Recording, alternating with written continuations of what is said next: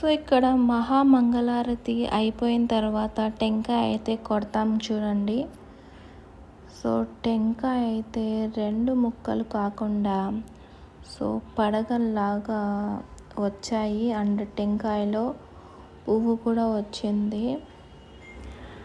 టెంకాయలో పువ్వు కూడా వచ్చింది చిన్నగా. నేను టెంకాయ ఎప్పుడు రౌండ్గా పగలడం చూశాను, కానీ బట్ ఇలా నాగపడగల్లాగా రావటం సో గాడ్.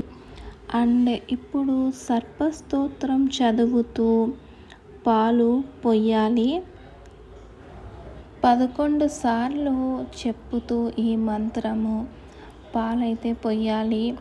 ఓం నమో అస్తు సర్పభ్యో ఏకే చ వేదివితభ్యం సర్పభ్యో నమః. సో ఇలా 11 సార్లు చెప్తూ పాలైతే పొయ్యాలి. సో ఇక్కడ అగరబత్తి వెలిగించి సో చేతికి ఏవైతే నేను ప్రిపేర్ చేశానో దారాలు కట్టుకుంటే సో పూజ అయితే కంప్లీట్ అయిపోయింది. సో తీర్థం తీసుకొని ఇప్పుడు మా ఇంట్లో స్పెషల్స్ ఏమేమి చేశానంటే వంకాయ, అన్నము, పప్పు అండ్ పాయసం అయితే ప్రిపేర్ చేశాను.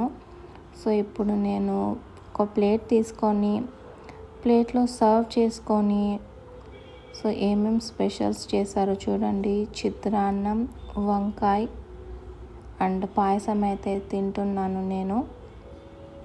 సో ఇది నా లంచ్. సో నేనైతే నా లంచ్ చేసేసిన తర్వాత ఇది వచ్చేసి ఈవినింగ్ చూడండి ఎలా పరిగెత్తున్నాడు. సో అప్పుడప్పుడు ఇలా ఎక్సర్సైజ్ చేస్తూ ఉంటాడు ఇంట్లో. సో అక్కడికి